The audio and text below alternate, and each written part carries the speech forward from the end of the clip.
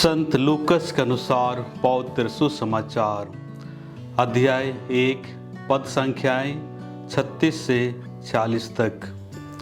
उन दिनों मरियम पहाड़ी प्रदेश में यहूदा के एक नगर के लिए शीघ्रता से चल पड़ी।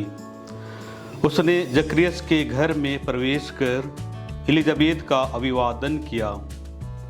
ज्यों ही एलिजाबेत ने मरियम का अभिवादन सुना, बच्चा उसके गर्भ में उछल पड़ा और एलिजाबेत पवित्र आत्मा से परिपूर्ण हो गई।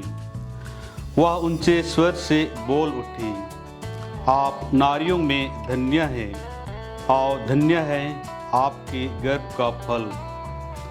मुझे यह सौभाग्य कैसे प्राप्त हुआ कि मेरे प्रभु की माता मेरे पास आई?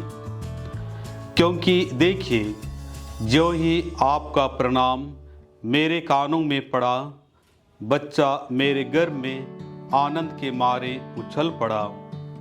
और धन्य है आप जिन्होंने यह विश्वास किया कि प्रभु ने आपसे जो कहा वह पूरा हो जाए।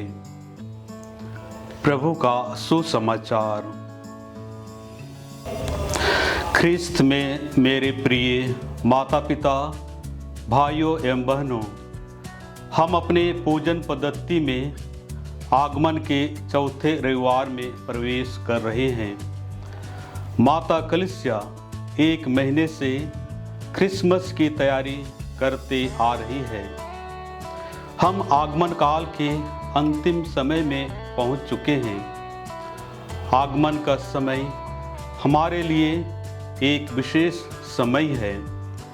आध्यात्मिक रूप से यीशु को अपने जीवन में स्वागत करने का समय है, क्योंकि यीशु ख्रिस्त ईश्वर के पुत्र है और ईश्वर के पुत्र होकर भी मानव बनकर मानव को पाप से छुटकारा दिलाने के लिए इस धरती पर आए। यीशु हमारी मदद करने और पाप से बचाने के लिए आए।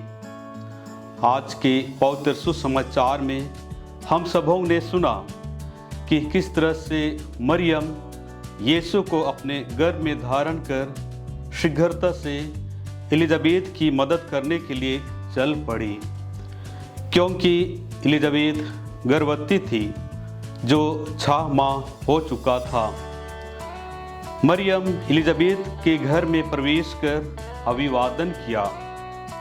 यह अभिवादन साधारण नहीं था, क्योंकि मरियम के गर्भ में यीशु थी और मरियम पवित्र आत्मा से परिपूर्ण थी।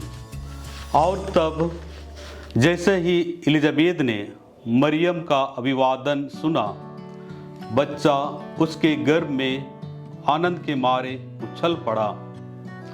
एलिजाबेत पवित्र आत्मा से परिपूर्ण हो गई और उसने प्रभु की माँ को पहचान कर उनकी प्रशंसा करते हुए कहती है, आप नारियों में धन्य हैं और धन्य है आपके गर्भ का फल। मुझे यह सौभाग्य कैसे प्राप्त हुआ कि मेरे प्रभु की माता मेरे पास आई?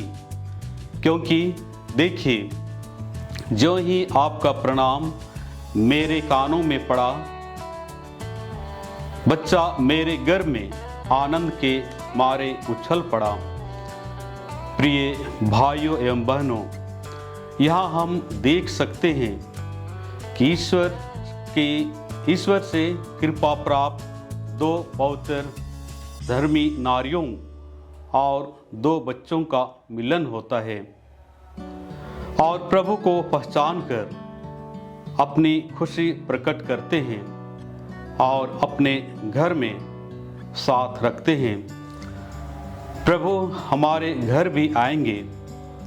हम क्रिसमस की तैयारी कर रहे हैं। अंतिम समय में पहुंच चुके हैं। हम आध्यात्मिक और बाहरी रूप से तैयारी कर रहे हैं। तो क्या अभी भी हमें आध्यात्मिक रूप से तैयारी करना बाकी है? यदि हाँ, तो आइए हम आध्यात्मिक रूप से तैयारी करें ताकि हम प्रभु को अपने जीवन में और अपने हृदय में जगह दे पाएंगे और तब प्रभु हमें अपनी कृपा, खुशी और आनंद से भर देंगे।